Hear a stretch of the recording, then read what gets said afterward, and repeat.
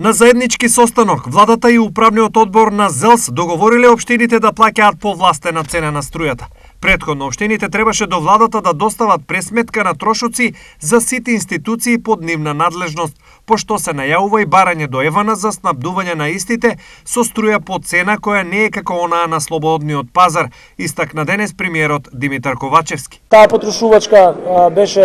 евидентирана во Министерството за економија со обврска на државниот производител на електрична енергија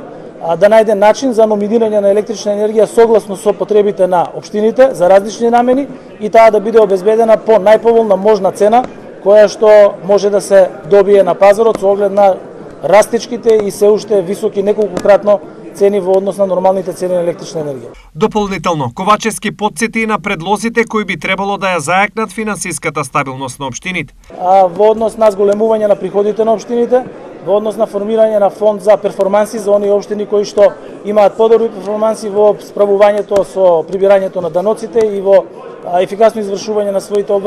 своите обврски да можат да добијат повеќе. Оние општини кои што заради објективни ограничувања имаат помала можност да ги собираат даноците, да можат да се финансираат од фондот за порамнување за општини кои што се помалку развиени со помал капацитет, дополнително воведување на финансиски инструменти. Од друга страна, градоначалниците тврдат дека засега повластена цена на струјата за општините се уште нема. Се уште немаме импликации во однос на новите ситуации, по тоа што се уште сме под договор од приватните добавувачи, така што во јавните претпријатија, еве конкретно во Плочковица, има импликации на зголемени